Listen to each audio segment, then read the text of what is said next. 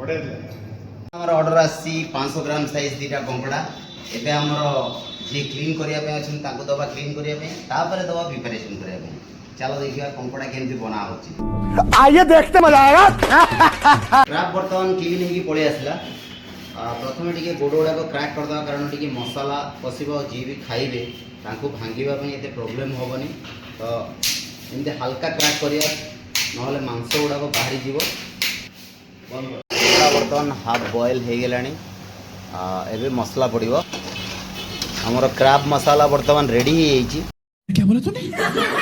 आपण मैंने भावुए कार्तिक भाई मसला पकेयार कहीं देखेलुनि आम जी मसला पकेयार आपण मानक देखु आपण निजे घरे कर खाईदे ये आसबेनि चीटिंग करता है तू। क्राब बर्तमान रेडी क्राबटा को पैक करदे कारण यहाँ पैकिंग ऑर्डर अच्छी